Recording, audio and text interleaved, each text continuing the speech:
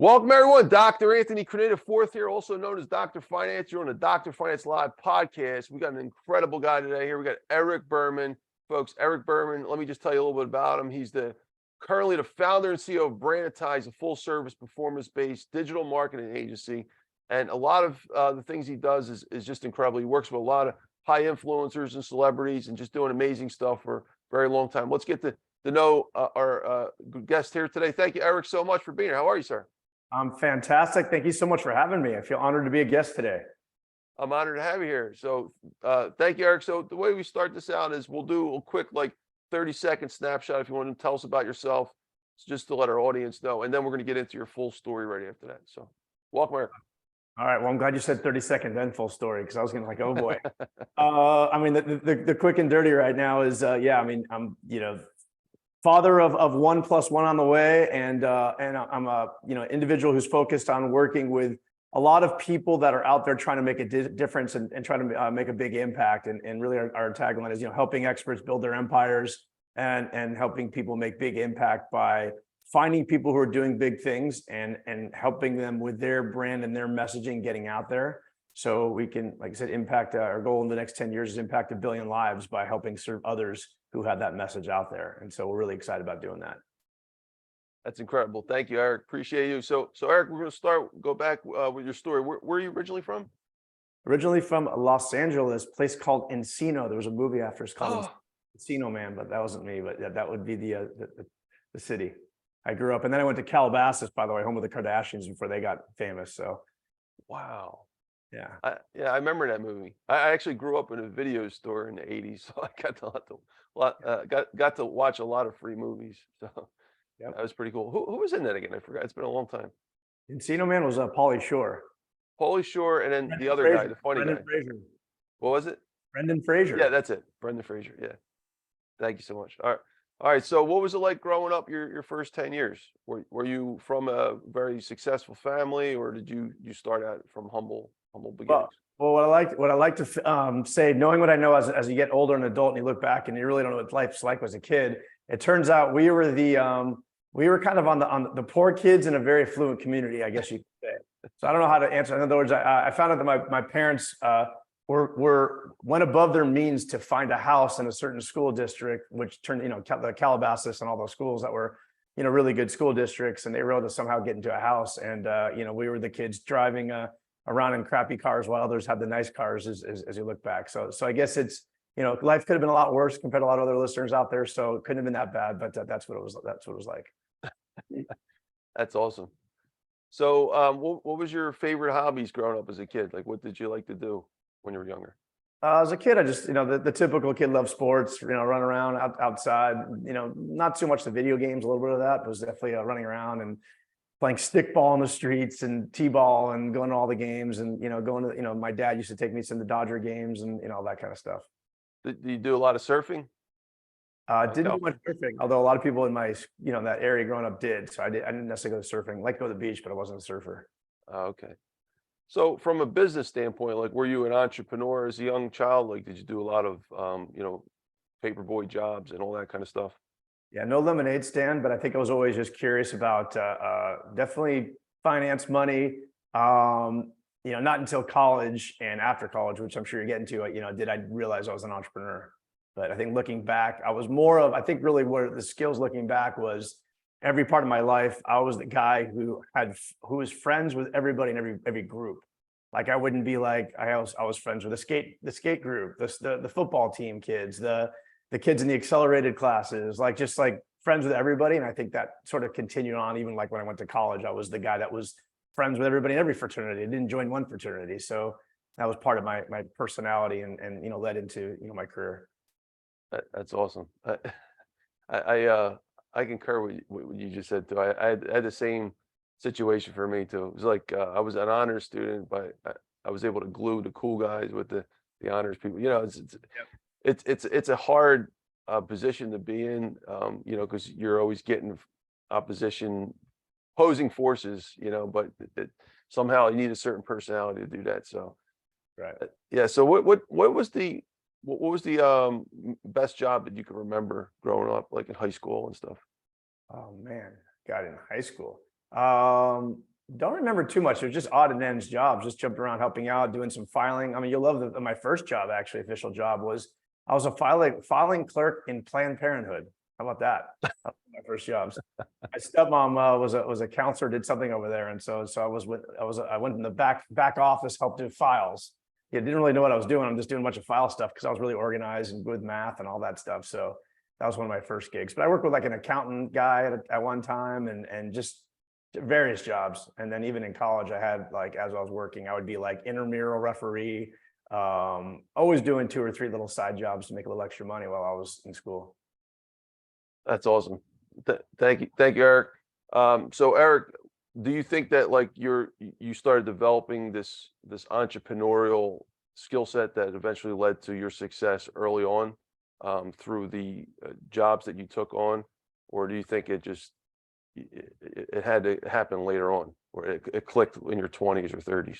I think it happened later on. I think there was probably part of it was part of the personality that led to an entrepreneurial sort of personality. But I don't think, yeah, it wasn't like the story of the kid who built this thing at 14 and went on, that kind of stuff. So it was definitely more of the skills, and I'd say a lot of it was the work ethic and the drive was maybe some of the things that started, getting developed at that time.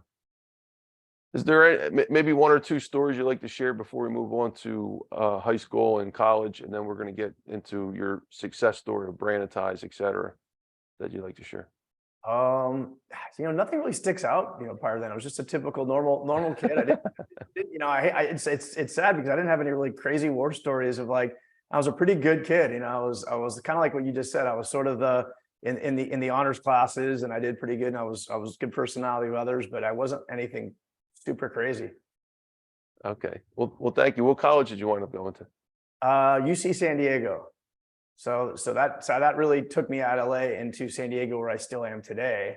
And yeah, so it was an interesting shift to go down there, about 2.5 hours south of where I grew up. Do you like San Diego? I love it. Yeah. Yeah. One of the best spots in the country for weather, would you say? That's what they say. One of the best cities to be at, and certainly the home prices out here reflect that. Everything else, yeah. What would you prefer, San Diego or Hawaii or Florida?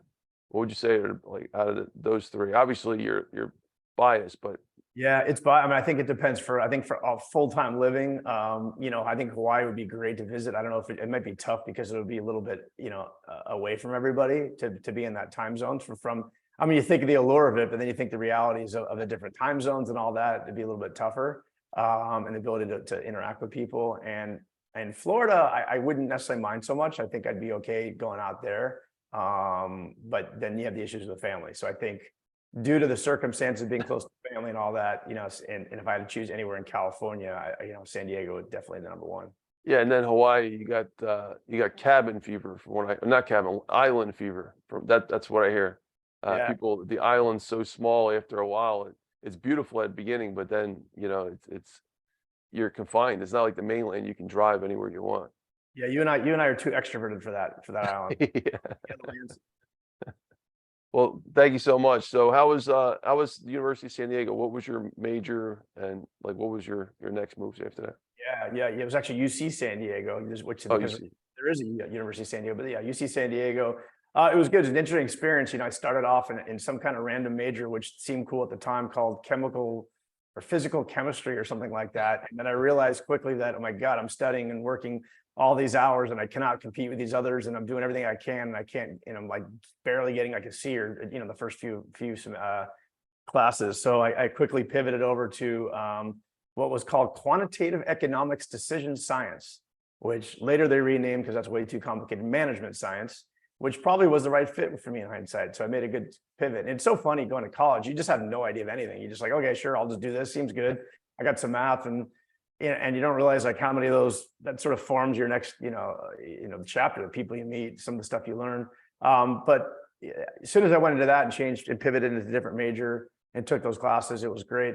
Had to, in and out in 4 years over there. And I think school for me, I say, look back on college and yeah, you learn some stuff when it comes to econ and math and all that. But I think really what you learn in college in reflection is how to work under pressure, how to hit goals, how to socialize, how to live on your own. Really the foundational, fundamental skills of living, to some degree, and trying to achieve certain goals and get through that stuff. So that's what I think school is about for me. And it was good experience, great experience, like a lot of others that go through college. Can you tell me about that the major again? Because was that economics, or was just they're playing with names just to make it like a management class? Because that's where they ended up. It's called Management. management science, but it was called QEDS was their acronym, Quantitative Economics Decision Science. So it wasn't economics though, right? It was like an advanced economic class. Oh, yeah. wow. Okay. But they So- landed with management. Well, they changed the name, same concept. They just called it management science. So they later, after I graduated, or after I graduated years later, I found out they changed the name of the major to management science. Yeah, because one of the biggest pet peeves, I don't know how much you know about me, Eric, but I was a professor for 10 years teaching all kinds of finances classes. But before that, I was a financial planner for 10 years. But one of my biggest pet peeves was why they like finance is in the shadow of economics. They have a Nobel Prize for economics. Finance was founded by all economists and stuff like that. But it's not. It's a totally different science. Yeah. But management is a part. If you're talking about business management, it's part of finance, right? So here they go again. They're connecting economics with finance. They're two different things, right? Yeah. Like, I agree. yeah, my degree too. They wound up shortening the name to management. It was they put management in their sciences of management. It's interesting how the names of a lot of these subjects they get revised and revised. It's like, what do we go to school for? I don't understand. Yeah. Well, thank you. So Eric, did you wind up getting your master's degree or any of that stuff? Or I did get designation? master's. I 4 years done. Man, I got a BS, and that was it. And then what was after that? You went straight to the workforce?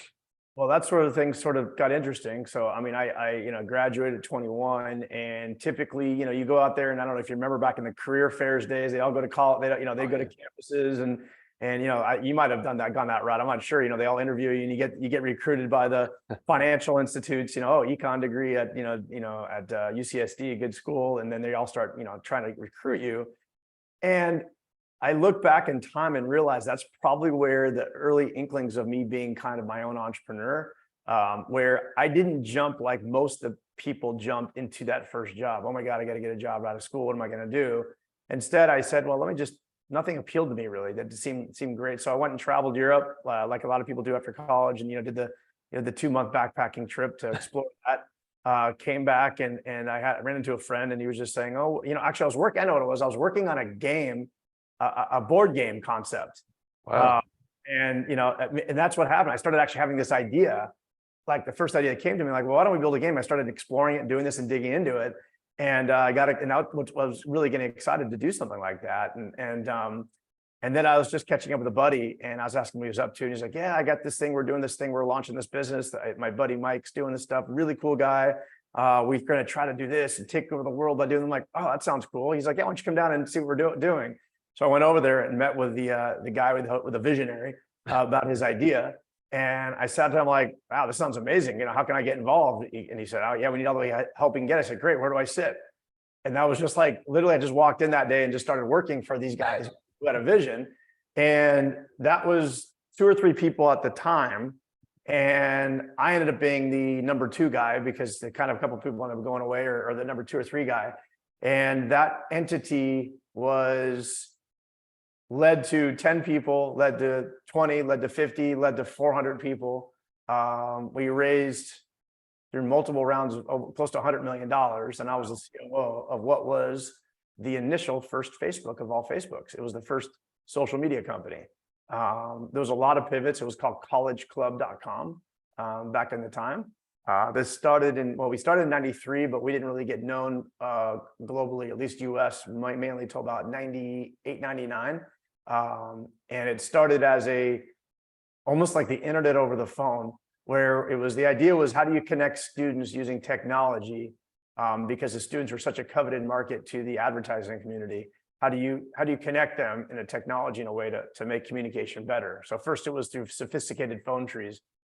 Imagine you picking up the phone and saying, "Hello, welcome to College Club. Press 1 for the for groups, 2 for the weather forecast, 3 for sports, 4 for blah blah blah." And you hit 1 for groups. Press 1 for fraternities, 2 for sororities, 3 for blah blah blah. 1. Okay, press 1 for Alpha Sigma blah blah blah. 1. Would you like to send a message to your entire group? Press 1. Boom, and now you can actually broadcast to your entire fraternity or sorority. This is back in early 90s. There was no internet. Like this is like we were coming with ways to get mass communication out, and almost your browser was the telephone. Then the internet came across, and we were like, whoa, and that was when we all pivoted, and we became the fastest growing website for the college market.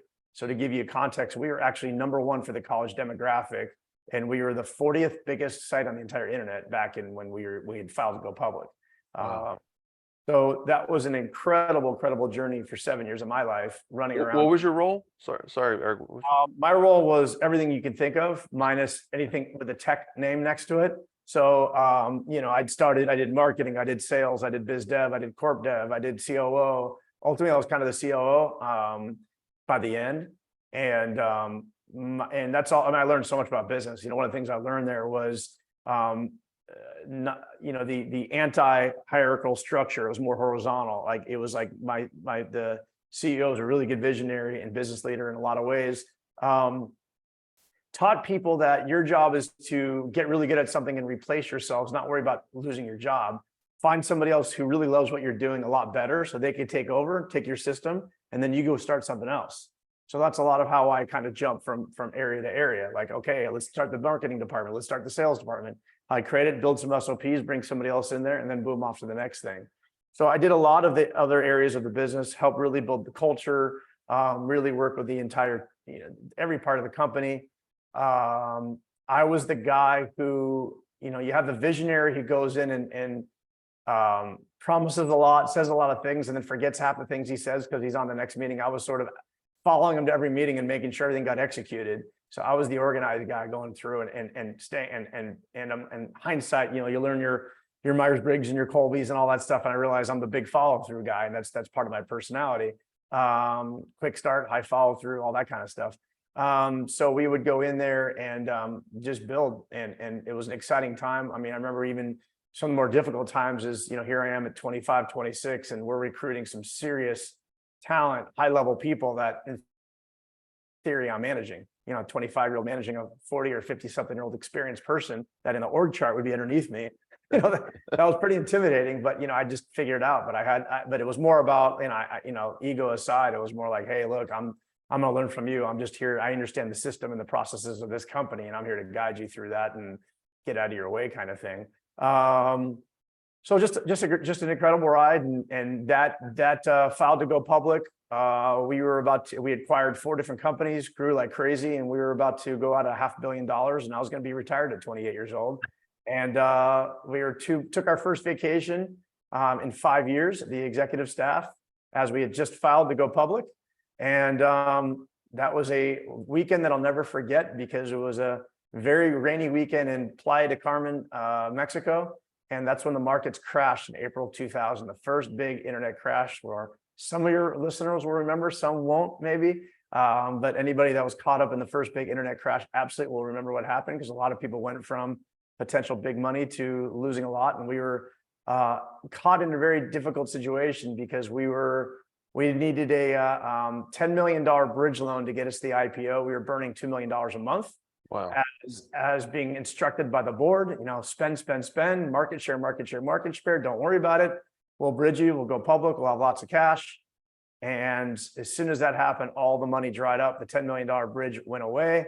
And we were one of the first companies left with their pants down, with a lot of burn, with not enough capital in the bank to get us through to the IPO. What was that, 1999?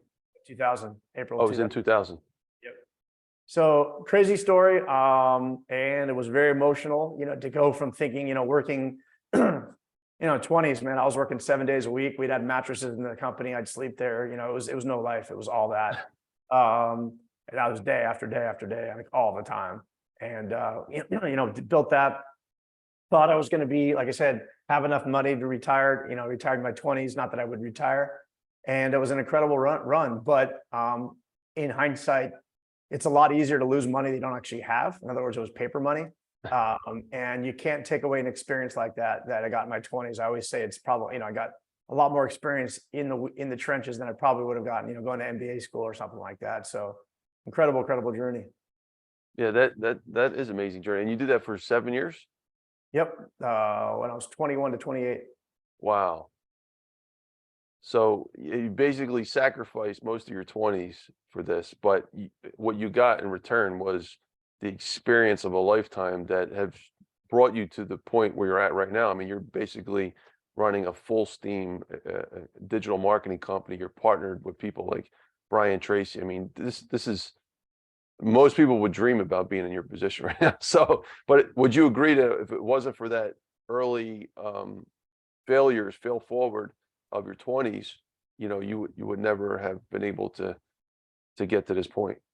Yeah, absolutely. And I don't, yeah, I mean, and we could use different words. I wouldn't even call it a failure. I think it was, luck of the market. And I know you didn't mean it like that, but I'm saying it's more of luck of the market. But yeah, I mean, us not having had that big success, correct. But it was a lot of other successes from the learnings. And that's what we do in life, right? I mean, something happens, you get hit and you just get back up. I couldn't go back and dwell on what had happened too much. You can learn from it, certainly learn, some big things like, what could we have done differently this time? But those are the cards we were dealt, and this is what life is in the present. What are we going to do next?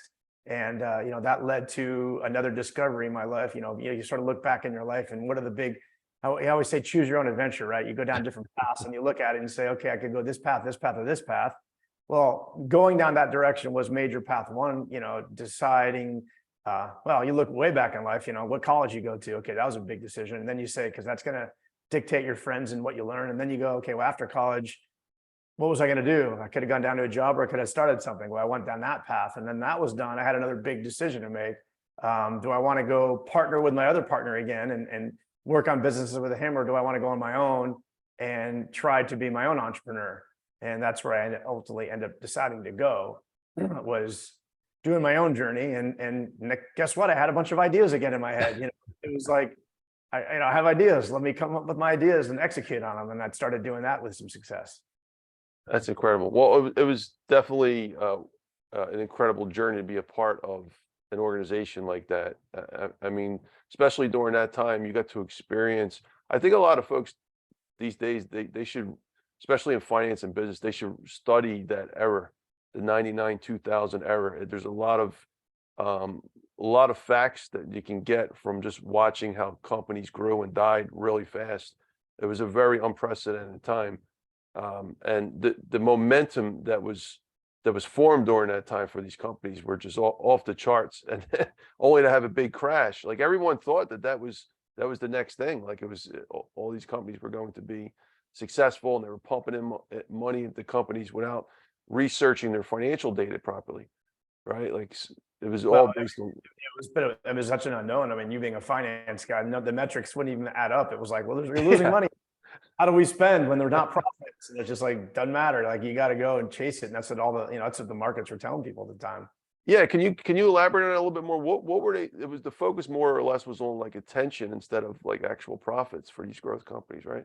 Yeah. Again, I guess it's a good point. And this is probably a lot of people listening who weren't there at that time. But back in the day, I mean, it was just the fundamentals of business were out the door. It was, this internet thing is the future. It's where it's going, and there was only going to be a certain amount of lead. There's who are going to be the winners? Whoever gets the eyeballs and gets the market share is going to dominate. And obviously, we see that now with the success stories of the Amazons of the world and other categories, and Google, et cetera, et cetera.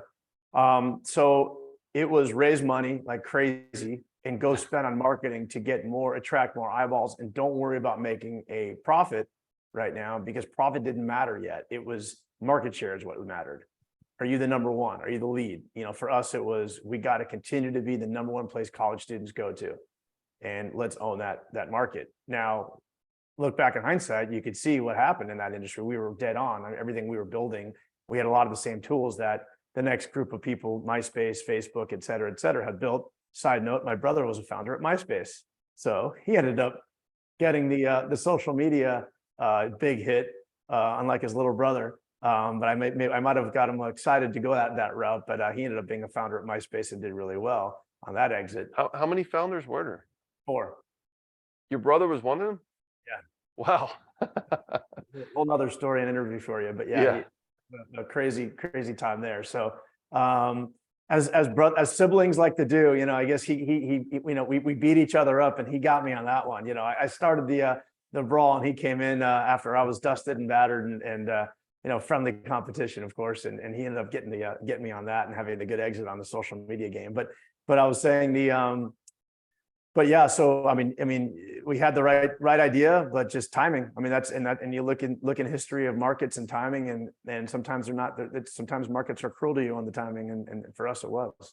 Yeah, that actually was my next point. To piggyback off what you said, like it was all about market share, get more money. Maybe if there was a different kind of mindset, I think the winners really had a more long-term approach. If you look at all the graveyards from that era, right? All the dot-coms, the ones that won were the ones that were able to sustain themselves just a little bit longer to bypass that 2000 graveyard shift, right? Like just to go another year, 2 years later, and then they would have won because they were the only ones standing. That's right, and that's a combination of them being able to pivot quickly and/or having enough capital and reserves Right. to handle that kind of blow. Us, much as we laid off people immediately, we didn't have enough cash to get beyond it. Or in that case, there was not enough revenue being generated without massive critical shifts. So yeah, you're right. It was those that were able to, but I think honestly, half of it was luck for some of these people, and half of it was a combination of luck and quick pivots. Because if you didn't have enough cash in the bank and the markets were closed from the investment bankers and the venture capitalists, some people had amazing ideas, but they just got knocked out because of that. So it was definitely a little bit of both. But yeah, those that could sustain that had the capital and the ability to pivot quickly, which is important in companies to do that. Got through. Thank you so much. All right. Well, thank you, Eric. Appreciate you, Eric. I want to go back for a second. So you said you went on a road trip around Europe. And I actually, as a former backpacker myself, I love to hear your thoughts on that. And what did you use the Europass? What was that journey like? Oh yeah, the old Europass URL. And really, it's funny. And even on that set me off on the journey now. Like I'm the travel junkie. I'm the guy that's got the map in his house with all the little, the little. I can see that buttons that tells you where you've gone, and I love it. But yeah, no, it was the URL. Jumped out there, and it was a pretty popular thing to do. I think, at least for where I grew up. A lot of people would go to Europe, and so yeah, grab the backpack, grab a couple t-shirts, a couple pairs of shorts, a pair of flip-flops or whatever it was, and yeah, we did the circle from I think started in Paris and went down through Spain, and you cut across to south of France, over to Greece, back up to Austria, hit a little bit of Germany, and that kind of the lap, like the 7-week lap. So it was an amazing. This was post college, right? Like it was right after college. Yep. Wow. 7 buddies, 6 or 7 of us, and then you of course meet people all along the way. Oh, you stayed with the same group the whole time? The 6? Yeah, I think started with 6 of us, and then the train kept getting bigger as you meet people along the way. That's awesome. Oh wow. I admire what you did. I wish I could have did it that way. I did it a little differently. I was in school at the time in Italy, and I had school for only 2 days a week. So as soon as that last class was over, I got right on the train and went somewhere, but I had to be back by Monday for class. So that went on for 6 months.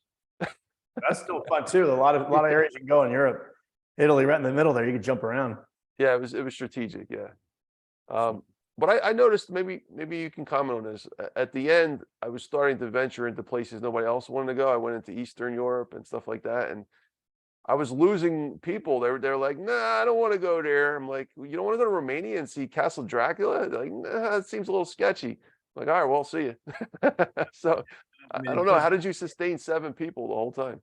Yeah, and we had a plan. Again, I'm the organized guy, so that was the plan. We had it. Because we researched where we wanted to go, and then I have an older brother. He went, and they said, "Oh, here's." So like everybody had their friends, and we knew the spots to see, the popular spots to go visit, and the little suburbs and the cities and all that. And I think later in my life, I went back and did some of the stuff that you're talking about, and it's at first when you're younger, you want to see all the key spots, right? Let's go here, let's go there, that Rome and Florence and Paris, and later in your life, okay, let's go hit Estonia and places you wouldn't necessarily go to, like you said, like Romania, and so yep. Oh, okay. So you had a tight group then. That's what kept it pretty rolling. Yeah. Okay. Do you think traveling is important for entrepreneurs and business people? Oh yeah, I think it is. I think for most that can do it and can afford it, absolutely. I think it's just a different set of, so much. We grew up in a bubble. You think this is the way life is, and a lot of it's just dictated by the socioeconomics around you, who you're surrounding yourself with, and then you go out and journey and just talk to people, meet them, and I always like to say, if you're going to travel and even if you're sitting on a little dinghy boat, a ferry boat, talk to the people, talk to the drivers, just get to know them, ask them how life is, and what it's like, and it just opens your eyes up, and frankly, most of the time, it gives you a bigger appreciation for what you got back at home. Yeah, absolutely. Thank you, Eric. Appreciate it. All right, so we're going to fast forward again. I'm sorry about the bouncing. Yeah. It's kind of like a movie, right? You watch a movie and they go back in time, they come back forward. Yeah. So, your story going back to, all right. So your business that you ran after college, 7 years, it collapsed. It was doing great. You thought you were going to retire. You had some major life lessons, but you took it and you ran with it. What was your next step? I'm guessing it was Brandetize at some point, or was there some gaps? Getting there, and there's a sprinkle of your buddy we both know. You're a big fan of Brian Tracy, and in between it, that's it.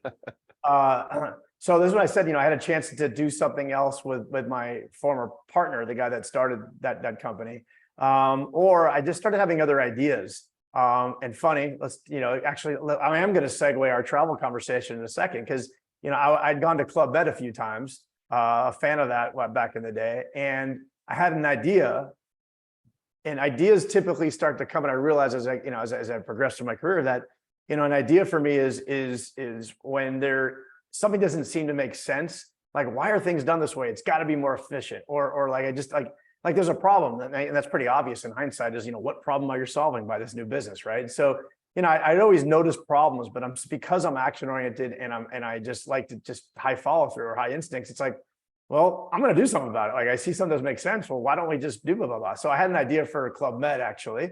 And I don't want to go too far down that path, but I think the problem that they needed to solve for them is, have you been to a Club Med, by the way? Have you No, please tell me about it. You have these all exclusive experiences. You go there and they're really good about like getting people out of their comfort zone. And if you were going from, let's say, back east, and I was going from, West Coast, and you and I were sitting around a pool, normally you and I probably wouldn't connect, but they have a really good way of getting people to get to know each other and do crazy things and have fun and blah, blah, blah. So by the end of the week, you and I are buddies. We're friends. You can become friends with a lot of people.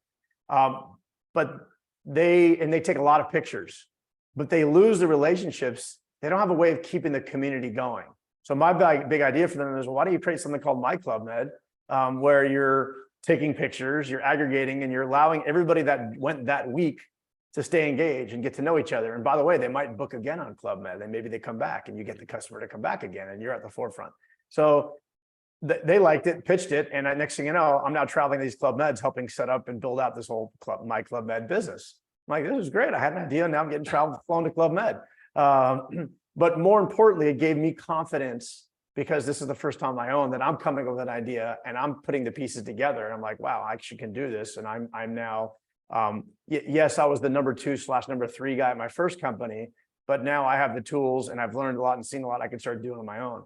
So I started doing that, and I started doing some consulting for some venture capitalists, and I started a couple of other just random ideas I would be working on. And then I got introduced to somebody who I was a huge fan of, and his name was Brian Tracy, the legend of Brian Tracy, who I actually had a relationship with. Brian, I'm going to go back to the first company, because I haven't told this part of the story, is the initial founder of that company was a huge fan of Brian Tracy and Tony Robbins. So while we were growing up in business and trying to learn about life skills, when I was 21, 22, 23, and this is another passion project of mine, is this the stuff they don't teach you in college, they don't teach you in school, is the stuff you learn from the Brian Tracys and the Les Browns and the Zig Ziglars and the Tony Robbins. It's what I call life skills, and from your world, I mean, I'm sure you probably get frustrated that they don't teach the fundamentals of finance to college students. They teach you how to sign up for a credit card and how to spend money, but they don't teach you actually how to save money and review your statements and get out of debt. But they force money down, credit cards down your throat. So fundamental skills, goal setting, et cetera, et cetera. So we were, my partner, he's just such a big fan that our entire company would lock ourselves in the room at 6 to 7 a.m. And it was the breakfast room where we learn every morning by listening to Brian and Tony. And by the way, if you were late and you showed up at 6:01, you go on the breakfast board and you have to bring breakfast to the next group. Wow. The next day. So we were in there getting a different sort of education about life skills from the legend of Brian and others. And that was fantastic. And I felt like that was a big part of my career too, is being, getting oriented to that incredible content early on. So back now, 8 years later, after everything happened, a family friend of mine worked for Brian. She goes, "Hey, Eric, I know you had some, you know how this internet thing works." And now we're talking 2001 here, right? This is February of 2001. Well, Brian thinks he needs help with his website. He had somebody do a website and it didn't, doesn't trust him, didn't work well, et cetera, et cetera. Do you think you can help him on the website? I'm like, are you kidding me? Like the Brian Tracy? And he was in my same town of San Diego. So I'm like, yeah. She's like, okay, I'll set up a meeting for you. I'm like, you really? I'm like, I can go meet him. So enter his office, and I brought in a buddy of mine who knew Brian as well that was going to help me. And I try to like wipe the drool off my face as I got to meet Brian and getting a little bit nervous, shaking a little bit, and I walked in there and I said, hey Brian, I see what you let me understand what you need. I'm a huge fan of yours, et cetera, et cetera. Thank you so much. You've been such a big part of my life. And after explaining what he needed, I said, Brian, I know exactly what you need to do. He's like, I could do this for you. And tell you what, Brian, don't pay me anything until I make you successful and make you money. And I'm not an employee, but I'll build this for you, but I want a piece of the back end. He goes, Eric, you're my kind of guy. Let's go. So I went in there with an offer he couldn't refuse, which is another lesson I've learned in life about sweat equity. And I learned that earlier on, because another part of my early stories, I didn't tell you that first job I had, that business we started, I worked 18 months without a paycheck. Wow. All sweat equity. I burned through every dollar I ever made in college, everything else, just to live off of $1,000 a month for 2 years, eating ramen and whatever else I had to eat, and with very little rent just to get through. And why the hell would I do that when I could have gotten a job making, back in the day, 50 grand a year was a lot of money for somebody right out of college. And that was because that was an experience I was getting. I loved every minute of it. I loved not getting paid because I was building something. And that was really, really cool. And it was an experience that I couldn't get anywhere else. I would have had to pay an education to get that experience I was getting. So I looked at it as a win. That's a whole different story. But so going back to Brian, I learned that lesson early on, that you get opportunities by investing in yourself and being willing to, if you have confidence in your abilities, you can get a lot of doors opened up by saying, hey, I'll do this on the come. I'll do this work and you can pay me based on results. Now, I'm not saying that's for everybody, or there might be hybrid parts of that conversation, but it really is a successful formula that I still use today in many instances. So that got me in the door with Brian Tracy. And next thing you know, we're building off a business for him. And that relationship, here we are 22 years later, 22 plus years later, I've been his partner, and we both say it's the best partnership we've ever been in. Full, complete trust with each other. And I, built up his online business, and I was doing that as a consultant, had a small team working for me there. And that led ultimately to the agency I'm in now, because a lot of people, many years into that, working with Brian, I had a lot of people come up to me and say, hey, what you do for Brian, can you do for me? And after you heard that enough times, you're like, maybe there's something here. So that became a interesting conversation with Brian to essentially say, is there a way that we can no longer have a monogamous relationship here? I could take the team that I was managing and work on other great people like Jack Canfield and others along the way. And it ended up working out great. My commitment to Brian was I would never abandon him as long as I would take care of him and have the tools to do that. He was fine with it. He's fully supported, and Brian's always been an amazing mentor and support system. And so, here we are many years later, and now the agency, which has gone through many pivots and turns, continues to work with gurus and really anybody out there that's trying to make a positive impact. Would you make the same offer to anyone else in the future that you made with Brian, whereas you wouldn't take a pay until you actually produce results, or was that just a one-time thing? Great question. And the reality is I got lucky with Brian, but I also learned a lot about why that worked and why that doesn't work all the time with others. So even as our agency now, that offer is on the table, but we learned the hard way because we did do that initially. We did that and we learned that it wasn't that simple. And so now, and I won't go too much into our model, but I have a quick formula for that. And what I like to say is 4 things need to happen in order for me to say yes to that deal. One is, do I like the person I'm working with? And others, let's date before we get married. Brian, I already knew his quality by listening to him, but I didn't know him as an individual. Fortunately, he was an amazing guy. But I've had others that seem great on video or audio, but then you meet them, you get to work with them, and you're like, wow, what the hell did I get myself into? And I think we've all been there and kind of know that. So before I commit to that kind of relationship, let's date and get to know each other first. 2 is, let's make sure I really like your product. If I'm going to go out there and put my name behind your product and have my team put their name behind your product, and are you really impacting lives? Is it really good quality? And again, this goes back to having experienced the people that are great people, but they may talk a big game, but the stuff they're actually selling isn't that good quality and people aren't really that enjoying it. So that is a no. Number 3 is, do we understand the true numbers and the KPIs of your business? This is the biggest one. I got approached by a lot of people who are like, hey, I'm doing big things here and this is great. And I had made all this money and now we're going to blow this up and go 10X. And, do you want in on this thing? I'm sure you've heard that all the time. That's where we all get burned. And what you typically find out is people will extrapolate their numbers, take their best month ever and say, this is the way life is going to be. You're laughing because that happens all the time. Oh, yeah. And they think it's that easy. And it happens with public companies. They blow up their earnings, but like, who cares? Like, what's your other numbers? I think it's going to have all the time.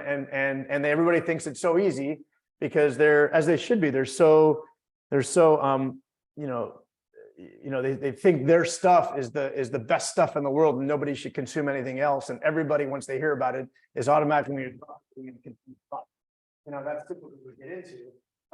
So really understanding the true KPIs of a business before I'm willing to commit on a partnership type arrangement, meaning what is the ROI? What's your funnel look like? What are the results of the work you're doing? And then lastly, can I scale it? Can I actually make a difference with myself and my team? In other words, you may have a great person, you may have a great product, but my skills, my team.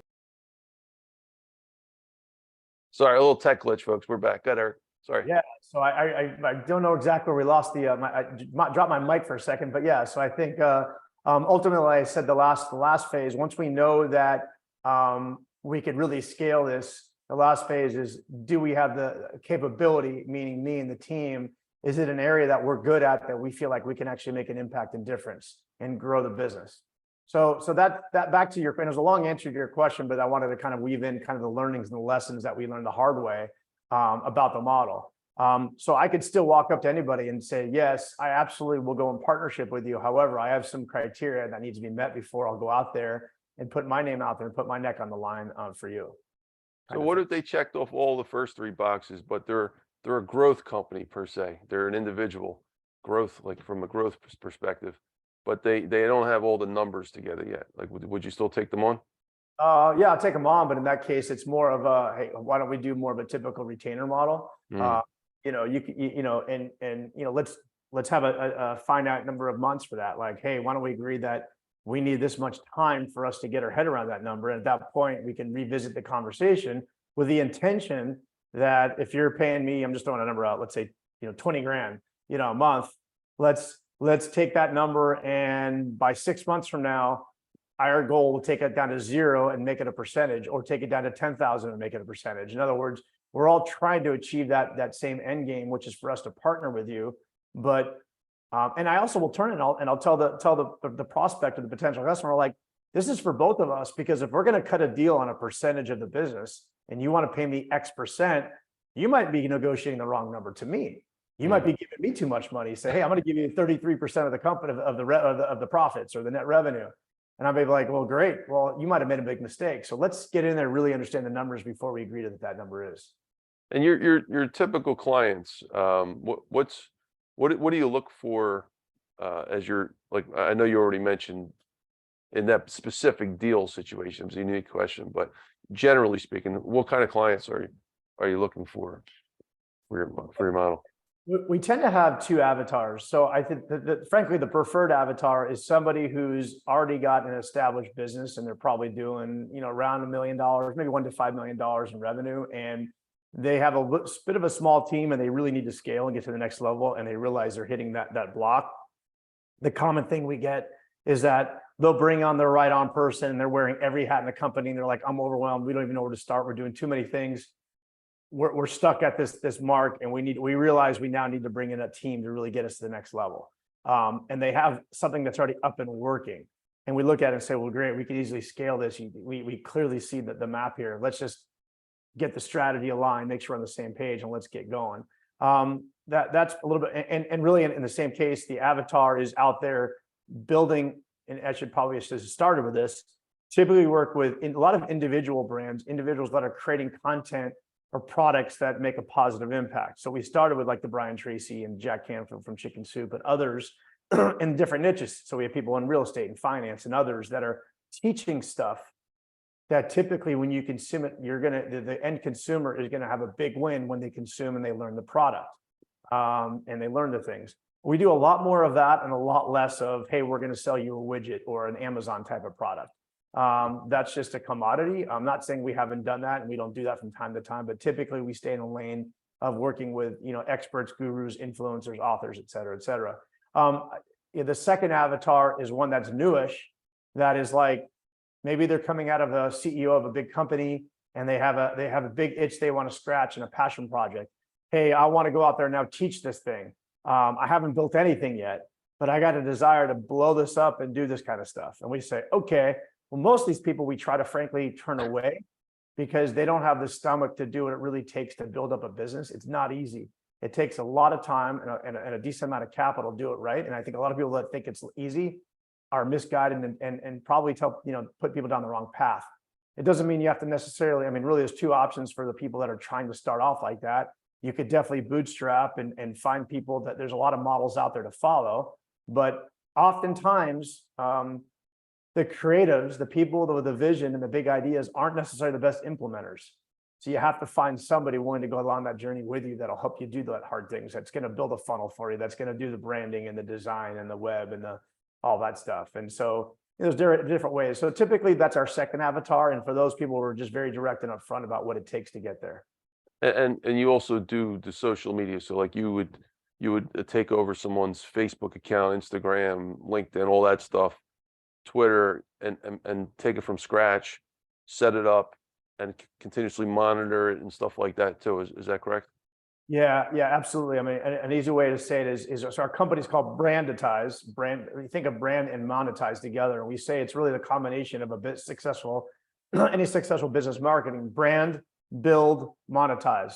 So we always start with the brand phase in almost every case, and the brand phase is let's get your messaging right. Let's understand. Are you hitting the emotions correctly? Let's do an avatar Let's understand truly who your avatar and your customer is. And are we hitting the emotions correctly with that? Are we hitting the values of your avatar? Does your messaging align? I can't tell you how many times I'll sit down and we'll have a first kickoff meeting. And let's say I'd be meeting with you and you're right on person. And we say, well, tell me what you're trying to achieve. And you know, they're not even alignment within the same team. Or I'll go to the website and I'll have a conversation with you and you'll tell me what you're trying to achieve. Then we'll say, okay, let's take a look at your website. And then we look at it and I'm like, well, now let's look what your website says. Now, now you just told me this, but this is what, okay. They're like, oh shit. And they go out there and they say, all right, so a lot of, branding isn't about just fixing a logo. It's about, I know you know that, but it's about, a lot more than that. So we got to get that aligned first. And then I say, so that's the brand phase. And then the build phase is, and we do all that. And then the build phase, of course, is, well, before I bring somebody into your environment, I don't want to have a leaky bucket. So you just talked about social media. Well, before I even worry about your social media, is the house in order? Meaning, is your website with your proper branding doing what it needs to do? Is it collecting a lead properly? What is that first email experience like when you collect the lead? Are you talking to them correctly?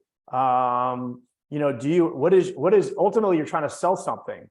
What is that product we're selling? And have we built the proper steps to be able to bring a prospect up through the channel to ultimately buy that thing you're trying to sell them? So we have to build the product ladder and all the steps. When that machine is built, then we go into everybody's favorite phase, which is monetize. So brand, build, monetize. Monetize is lead gen. And you just mentioned one of many ways to lead gen: social media, organic, which you mentioned, all the Twitter and the Facebook and the Instagrams and LinkedIn's and all that. And of course, there are all the other ways. Most people go right to paid media, buying ads. You got that, you got SEO, you got YouTube marketing, a lot of content marketing and blog marketing, which content marketing is such an important area with the world that you play and I play in, getting a lot of content out there. And so You do all that? You do that whole thing, the Yeah. whole spectrum? Wow, that's a lot.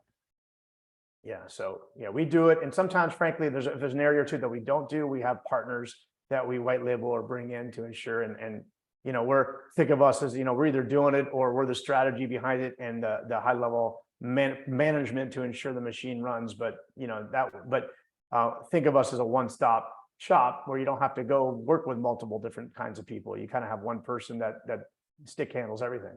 Off the top of your head, can you name a few things that you probably would want to stay away from that you just don't do? Because I mean, you compass a lot of things. Like what? Yeah, I mean, yeah, sure. I mean, we don't get people booked on podcasts. We don't publish people's books. We have partners for that. We don't guarantee people getting on stages necessarily. That's a little bit of a different area. We'll have partners for that kind of thing.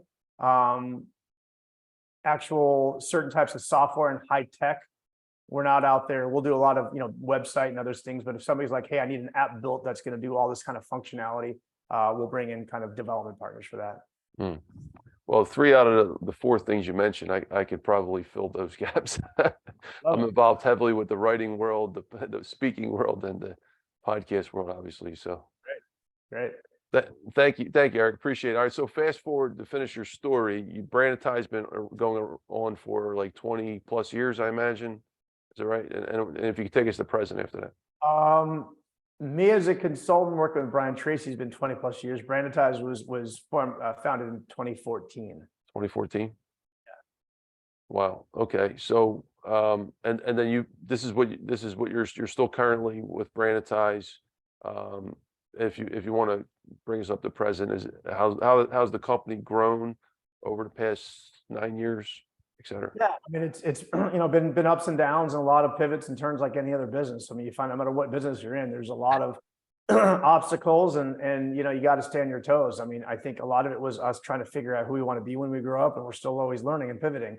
When we started the agency, we went from Brian Tracy and a couple others to, hey, let's go expand outside and work on anything and everybody. When you start a business, it's like somebody's got a check. Great, come on in, we can take it. And you start to go after everybody, and you realize it's not that simple. Sometimes getting that quick dollar ends up being more costly for you in the long run, and as we learn the long way. And what I mean by that is it takes you off course. It takes you from what your strengths are.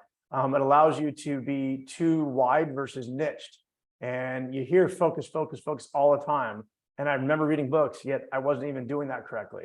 So we made some mistakes by trying to go too wide. I mean, it was only about a year and a half ago that we went full circle back again and said, we got to stop trying to be this agency for everybody and working in all industries. Let's go back to our roots and focus on the gurus and helping experts build their empires. And that's really what we've got our name on. That's what people know us for. Let's lean into that a lot more and just stay in that niche and be the shop for people that are looking for that kind of thing. So, I mean, it's a lot easier, and it's obvious in hindsight, but it's a lot easier if I talk to somebody like you or others and say, hey, would you like to go Brandetize, who just works with experts and gurus? Or do you want to go to this other agency who works with everybody? And, it's an easy answer to that question. So that's kind of what we learned. And that's another, huge lesson. Do you know Kyle Wilson? Yep. Yeah. So Kyle, is a marketing guru for a lot of celebrities too. Darren Hardy and Jim Rohn, et cetera, former Jim Rohn. So, I mean, he's got a whole portfolio of people like that. Would you say you're very similar to what he's doing but different from a digital standpoint? Maybe, I don't know. Yeah, more digital, and I frankly, I haven't caught up with Kyle in a little while, so I don't know the exact. I don't have the best answer for that because I don't know the exact things he does today. Okay.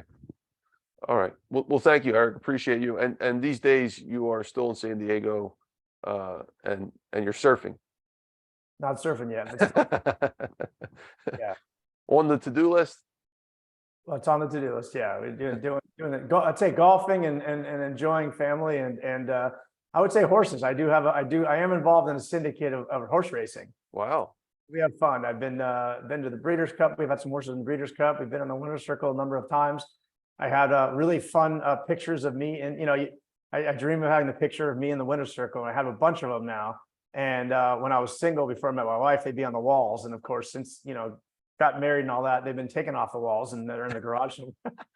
So I'm hoping to get my man cave back up somewhere, and I can have my fun pictures up back soon. That's incredible. Have you ever been to the Kentucky Derby? I have been, yeah.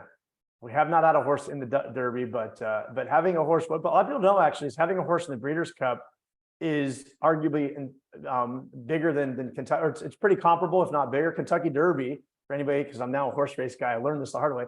Kentucky Derby is really the big elite, gets a lot of the press, the top three, but that's the 3-year-old horses. Those are all about the up and coming baby horses that are 3. The Breeders' Cup, which happens once a year, is what we call really the Super Bowl of horse racing. And over the 2-day span, you have the best horses of every category. So you have your top 3-year-olds, your top female dirt distance horses, your top sprinters, male horses on the dirt or the grass. So you have every little level of competition come around from all around the world in every class and race. Where's it at? San Diego? They move them around. They sometimes are in that one, yeah, shifts. It had been in San Diego 2 of the last 5 years. It kind of and they're in Santa Anita, they're out in Kentucky. But yeah, it was really cool experience. I've had I think 3 runners now in the Breeders' Cup. I didn't know that. Sorry to interrupt you. I didn't know that Kentucky Derby was only the first 3 years. The horses are young. They're babies. Yeah, they're all babies. They're all 3-year-olds. Yeah, it's kind of like all the horses that are just started to run that are doing really well out of the gates. And it's like, okay, who's now going to be the future of horse racing? And probably to even add one more, what also tends to happen is sometimes these horses are so good they don't want to race them much more than a year or 2 after that. And you'll see a lot of horses retire after they win a few huge races because they don't want to risk the horse getting injured, especially the females or the males, either way, because they put them out to breeding. They can make more money sending them to breeding. Wow. What other hobbies do you have besides horse racing? What else do you like to do for fun?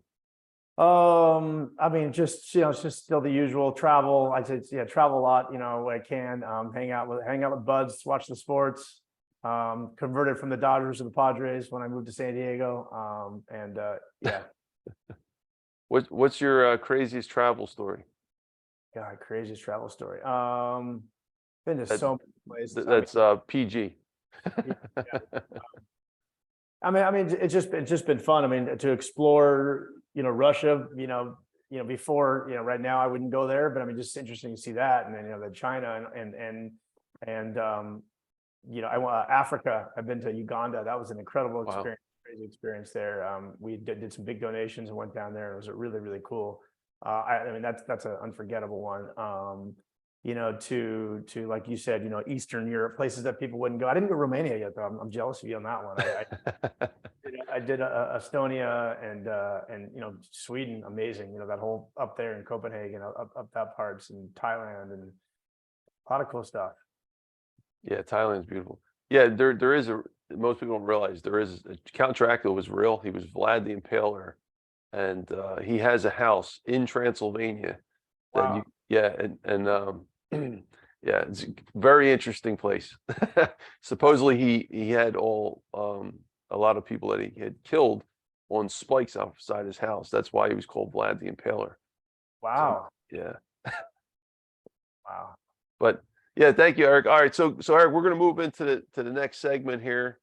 All right. Well, thank you, Eric. All right, so Eric, folks, we're back here with Eric Berman. We're doing an incredible interview so far. Check out the story. And now we're moving into questions. We got a few questions for Eric. So Eric, real simple stuff to start it off. Any books that you've had? We generally ask this of all the folks that come on, or any books or any future books, co-authored books. Yeah, I mean, I love, gosh, anything with Brian Tracy's name on it, I love the self-discipline books that he's got. I love anything from Seth Godin. No, I mean your books. Do you have any books? Did you write any books or? Oh, did I write any books? No, I'm not an author. Although I should say we are in the middle of writing our Brandetize book.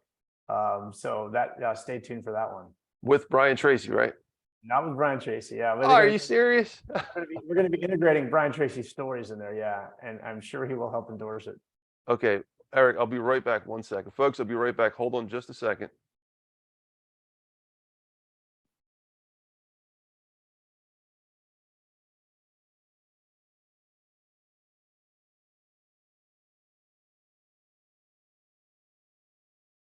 Eric, I totally forgot this. I forgot all about this. I'm actually a co-author with Brian Tracy now. All right. So I'm involved with the 13 Steps to Riches book. And as you see, Brian Tracy's name on there with Eric Swanson. And on the back, we've got, so there's a 13 book series from Think and Grow Rich. They take every one of the steps and make a book. And here's all the current celebrities. There's a celebrity in every book. And then they have the authors as well. So I signed up for this about 2 years ago. We're almost done. I mean, I wrote all my chapters. I'm just waiting for Eric Swanson to publish it over the next few months. But Brian was a surprise guest. He wasn't on the original roster. And then Brian shows up, and in volume 9 out of 13, I was like, wow, that's so officially you could say I'm a co-author. I mean, it's all Eric Swanson's project, but I love it. it's just great to know. But my point was that definitely I mean, you being that close to Brian, to pull off a book, just have one book and have Brian go with you, even put an intro. That's right. True. Yeah, it's funny. I'm right in the midst of it. I didn't even think about it, but yeah.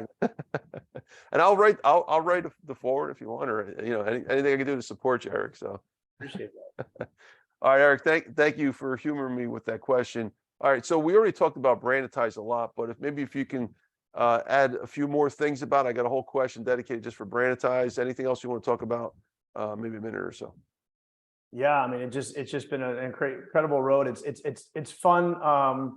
I always like to say the multiple win dynamic. When you find that good rhythm, everybody wins from the clients, because we're helping them hit their mission to reach and impact lives. And so if we can help them out, that's a big win.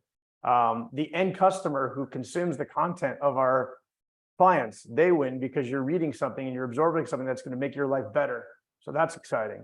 We get to win because we're part of that, and our employees get to win because they get to do something that does make an impact. So that's what gets really exciting for me is being involved in something where everybody gets a big benefit and upside when they consume and do the hard work and watch things grow and watch customers grow and people sign up and write testimonials on, wow, thank you so much for exposing me to this. And I made a bunch of money from following this technique, or I was successful in my business, et cetera, et cetera.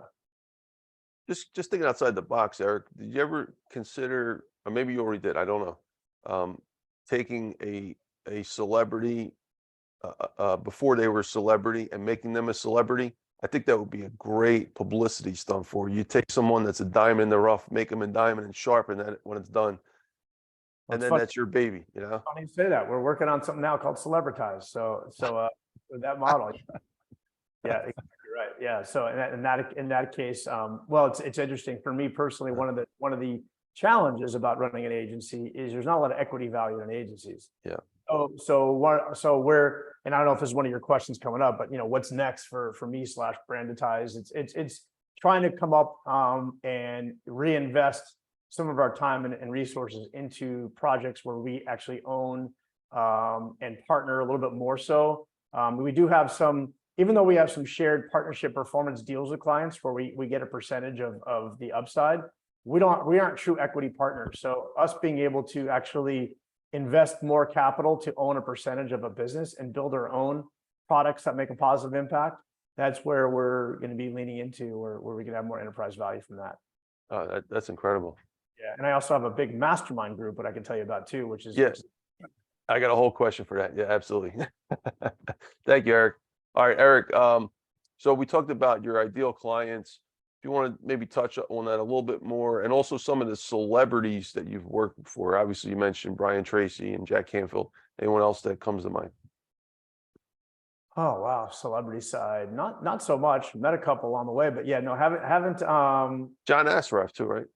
Yeah, I mean, Asraf, we're really close friends with John, but haven't just more like we're always helping give each other advice on stuff.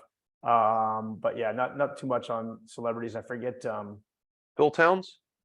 Phil Town. I mean, it depends how you define celebrity. But these guys are all celebrities in their area of working. Yeah, so Yeah. Phil Town, he's amazing, and yeah, but Yeah, MySpace, he's pretty big.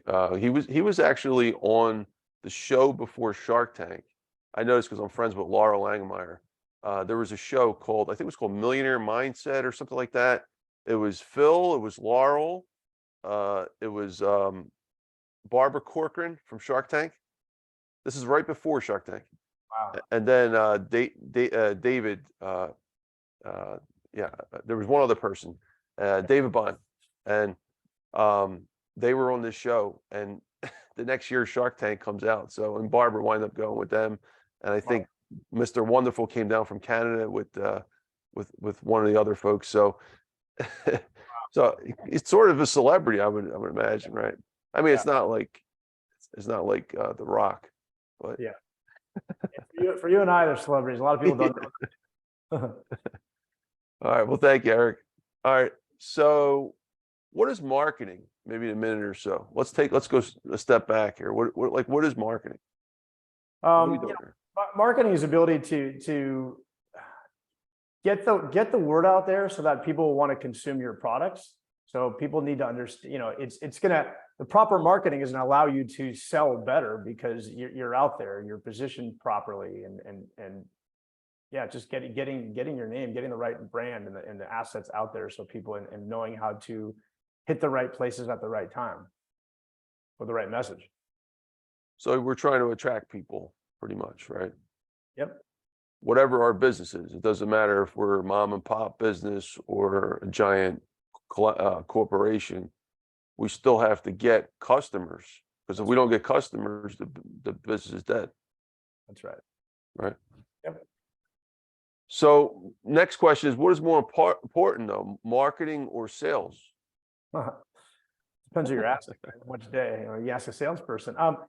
Gosh, that's a tough one, because I mean, they're so important. I mean, each salesperson says, where's my marketing, and I need to do this to be able to help sell better. And of course, if you can't, marketing can bring people into your world, but without proper ability to sell.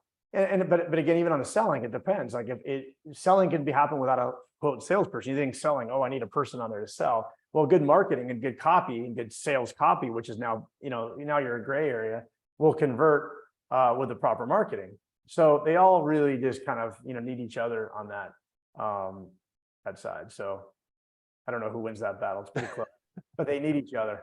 They're definitely. But I mean, the marketing, cool. The proper marketing, though, your selling really becomes automated. You don't need a salesperson, and that's a different definition, though. If you're saying, do you need a person to sell all the time? Not always.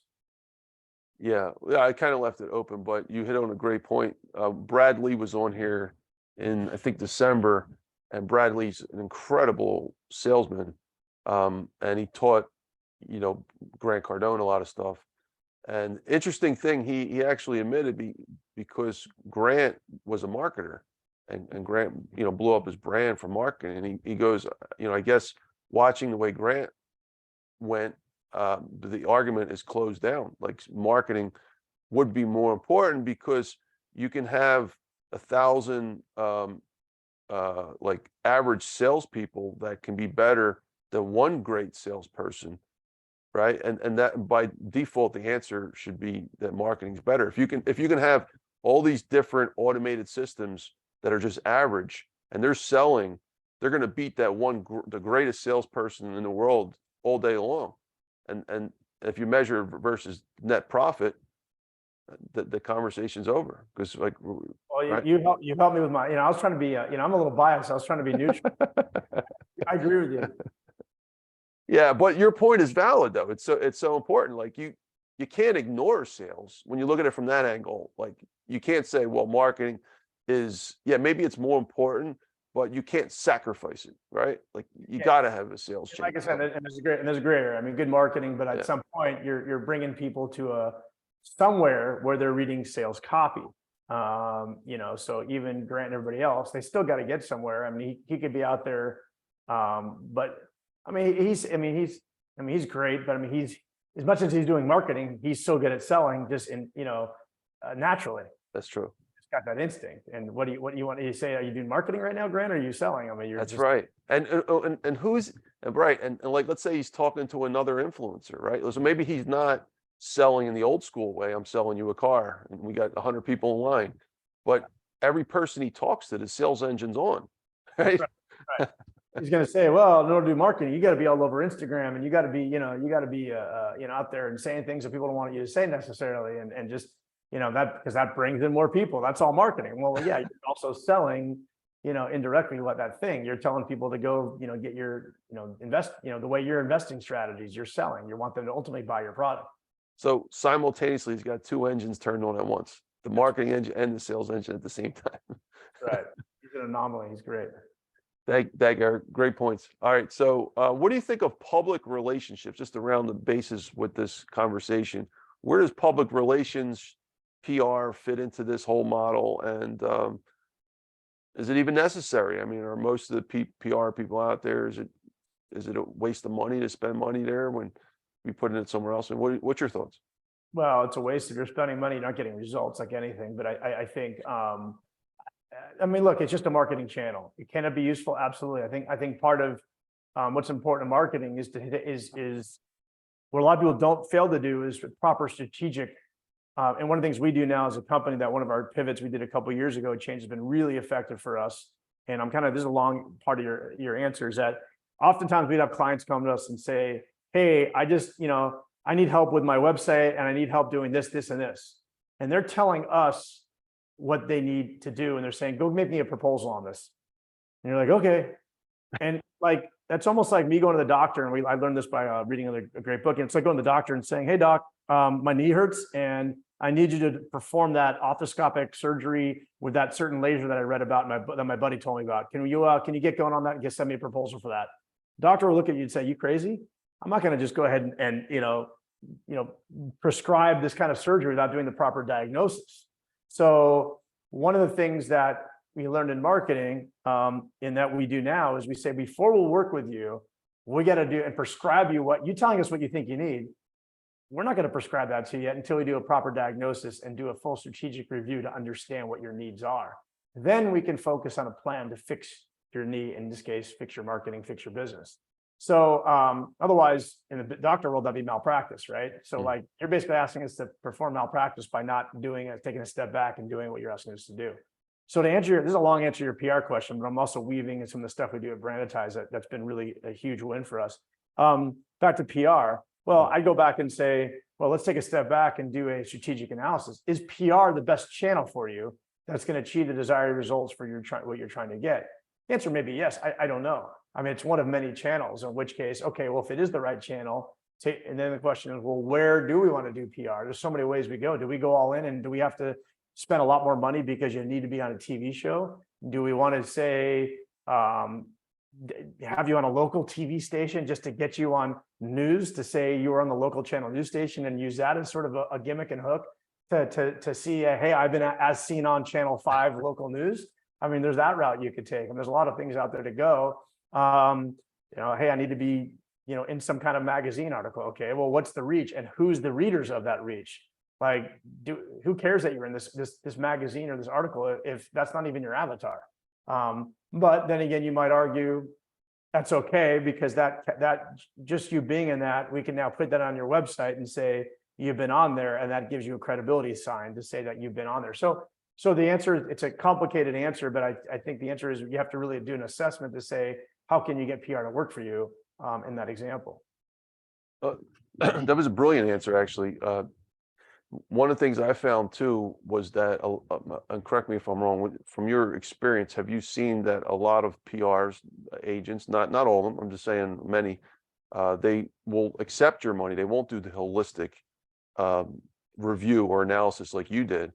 And they'll say, yeah, sure, we'll take their money, maybe $5,000 a month, something like that. It could be $10,000 a month. And they will give you a possibility of getting you in, let's say, Entrepreneur Magazine or one of these magazines, or one channel a month. And they didn't really step back. So in that case, from that angle, it would be a waste of money for most people, because maybe that wasn't really what you really needed. They needed to step back and figure, and someone to assess everything about them. And before you comment, Eric, I just want to say, I agree wholeheartedly with you. I experienced the same thing in the personal financial planning world. A lot of folks would sell, an IRA, or, or a retirement fund, or, a college fund or insurance product, without doing the whole big picture. That's what I did. I looked at, when I was a financial planner, I would ask them questions. Our first meeting would be like 2 hours. I want to get to know them. I want to know what their goals are, their time frame, risk level. I can't just sell you an insurance product.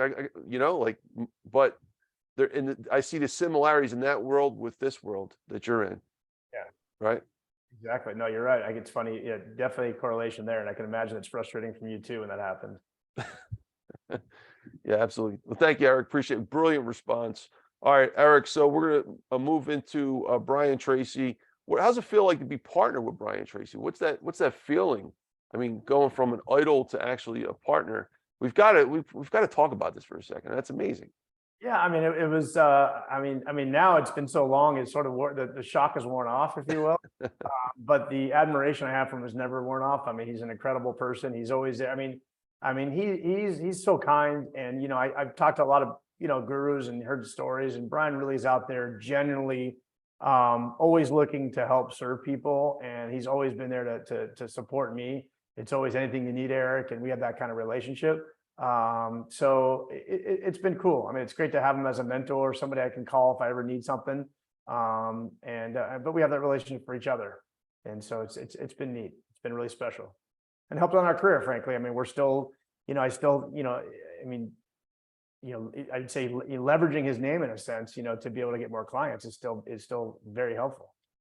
Well, Tony Robbins always says proximity is power. And my mentor, Sharon Lechter, she says, calls it the power of association. If you're associated with certain people, it gives you naturally, you don't even have to try. It's just going to rub off on you. Right. So would you agree, being that close to Brian? Oh, yeah, absolutely. It's an amazing force. Yeah. But it's leveraging those relationships properly. It is. And I think you're right. I think it's a simple strategy many can do for any kind of business you're doing. You're right. How do you, I think I was an analogy I used a quote a long time ago, ride the bear's back. How do you just get on there and just, get involved with them? How do you figure out ways to serve people that then you can, go in the car with them, if you will, and leverage what you just talked about. So absolutely. And how do you avoid not getting dropped off on the second floor or a lower level of the elevator? How do you get on the elevator with them and stay on the elevator with them, right, and rise to the top? That's really the bigger question. What's your thoughts on that? Keep serving and figuring out and being responsive and helping them. What else can you do to help? Just being top of mind. I think people tend to shy away, and they don't want to bother or be bothered, or they don't want to ask or follow up, and they just kind of go away. And that doesn't work. You want to be top of mind. You want to be there constantly serving until you become a habit, and they just know they can rely on you. That's brilliant. Thank you, Eric. So, Eric, why do some companies like Facebook survive and other companies like MySpace die? What do you think? I mean, we touched on this a little bit earlier, but what's your, maybe a minute or less? What do you think is the reason for that? Yeah, that's an interesting question. Some of it is frankly timing. You come into a market with a bigger, better, shinier widget that people are more attracted to, and you get some good buzz with, as you said earlier, the right marketing and momentum. You could ultimately win the game. You're seeing, we see it a lot with companies that have been around for a while that are slowly kind of phase out. There's the features, the benefits, it's at the end of the day, what are you doing to ensure you're adapting to the needs of the consumers? How are you fulfilling what the consumer wants? And sometimes companies get so big and it's too hard to move to turn that boat around, if you will. Smaller boats are maneuver, and sometimes you get these young, when Facebook was smaller, they were able to maneuver more. They were able to understand the needs of the customers more and adapt and change. Whereas MySpace, especially after they got acquired, you went from, and I saw, I got an inside peek to see, when you go from a startup-ish mentality with that kind of culture And versus, okay, now you're being run by News Corp with the anti-culture kind of thing, where it's everybody's all, people and what I've noticed in the big companies like that, people are more worried about their salaries, their titles, where they are on the ladder, and protecting them jobs versus you get the other side of the coin where they don't care about that stuff. It's just like, let's build something cool. We're all in this together kind of thing. And we'll figure out, we're not worried about our current titles and all that kind of stuff because we're building something big. And that small little twist about, you're being there to create a big vision to build something big versus protecting. There's a big culture shift, and that hurts because then when you want to make decisions and pivot, it's like nobody wants to take risk. I don't know. You want to do it, you don't want to do it, and then things just start falling apart. It just made me think of something in a different way. If you have, let's say, the same amount of people in a company, let's say 1,000, just to make it simple, 1,000 people, slightly shifting their mentality, their mindset to focus more on serving the community instead of themselves can be the difference between failing and success. Absolutely. Right. And becoming a giant company and great company versus just completely, going bankrupt and dissolving at some point. That's right. Just the same people, they're still there. They're in their little cubicles, but you're just flipping a switch in their mind and perspective wise. Thank you, Eric. All right. Brilliant response. Should people be content with their successes? Yes and no. I think it's nice to look back from time to time and you absolutely should be content and feel proud of what you do because it gives you momentum towards and confidence towards getting the next success. But I think everybody needs to take a step back or it's important for people to reflect and say, what does success look like to them? There's different, people have different definitions of that. And it's important to understand what your success looks like. Sorry, I got sidetracked here because I got somebody at my door here. So Oh, that's okay. Can we pause for half a second? Yeah, absolutely. Folks. Shoot. Yeah. All right, Eric. So moving forward, folks, there might have been a little bit of a glitch. I just got to give you a heads up. I'm not quite sure. I'm going to keep rolling with it. So there might be a little bit of an interval that was skipped out. So our next question, though, if you see it comes out a little disorder, just want to let you know. Should people be content with their successes? What's your thought? Yeah, so I think they should be content with their success. I think first, most importantly, people need to take a step back and define what does success look like for them. Otherwise, they may never be happy. There's a lot of people that have done that I'll look at and say, oh my God, I can't believe what you've achieved. And they're miserable, right? And you're like, damn, if I did that, I'd be super happy. So what does success look like to each individual? And then once you achieve that, feel good. I think feel good about it, reward yourself, and then, make a new goal for success. What's next? But, and typically people that are achievement seekers like that are hitting success. Sometimes it's sad to see they're never successful, but yeah, I think you need to be, be happy with it, but also don't get too complacent either. I mean, what's next for you? And Eric, how difficult is it to be a successful entrepreneur? I'd say back to a definition. Somebody might start a lemonade stand and find themselves being a successful entrepreneur. So I think for those starting off, try to set a goal of success that is something you feel is attainable so you can get that momentum and enthusiasm to then set a different goal for success. So I think, I mean, I'm hard on myself and I'm like, well, I don't think I've been a successful entrepreneur. I got a long way to go here still. Because for me, maybe it's based on a certain amount of dollar figure that I need to get that. And others will look at me and say, damn, you've had a lot of success in your life. So, it's different for all. Thank you, Eric. Brilliant responses. Why is masterminding important? One of the big things I do. I mean, masterminding is huge. I think now almost more than ever too, because of this since COVID and the bubble that we're all in. Being able to get out there and just learn from others and talk to others and see what they're doing is so critical. Not only is it you're going to learn, but the relationship side. People, if you're out there to mastermind and help others and they're serving you, there's this natural inclination for people to inherently want to help serve others and help you. So if you're together in a group, you're going to say, great, what can I do to help you? I can introduce you to this person, or I can help solve your answer, or I know someone that might know your answer. you get a lot of, like a lot of stuff solved very quickly versus, hey, let me send you an email and maybe I may understand what you're asking for, but I'm just going to quickly respond and move on versus having that intimate conversation. So I'm big on masterminding. I've got a marketing mastermind group here in San Diego that we've done for 10 plus years. It's actually a high level marketing / entrepreneur. We then branched that out into 2 cities. They've taken that model into Austin and Scottsdale. And we're about to announce in June that we're going to go to 7 other cities. And now we're going to actually blow out this whole group of people. Think of it as like, I don't know if your listeners or you're familiar with like EO, Entrepreneur Organization, or YPO. Think of it as something like that meets the old school war room that traffic and conversion guys did, where you have high level. I mean, what EO is great at and YPO is great. It brings a bunch of entrepreneurs together on a monthly basis in an organized structure to mastermind and do more. But you're talking more business as a business owner versus tactical as somebody that's very heavily involved in entrepreneurial marketing and things of that nature. So we're trying to build that concept, but just marketing folks. So look for us to come out to a city near you. Speakeasy Mastermind. We're also merging in, or I should say, combining forces with a group called Flight Club. So it might be called Flight Club Speakeasy. Yeah, we're going to be out in different cities, and we'll have you part of our chapter out in your city. Well, yeah, it's exciting. So your mastermind will be ongoing in different places at the same time. So yeah, the idea is that you have your local chapter, which is really the core of it, is you're going to be meeting with your 20 people, once a month in your city.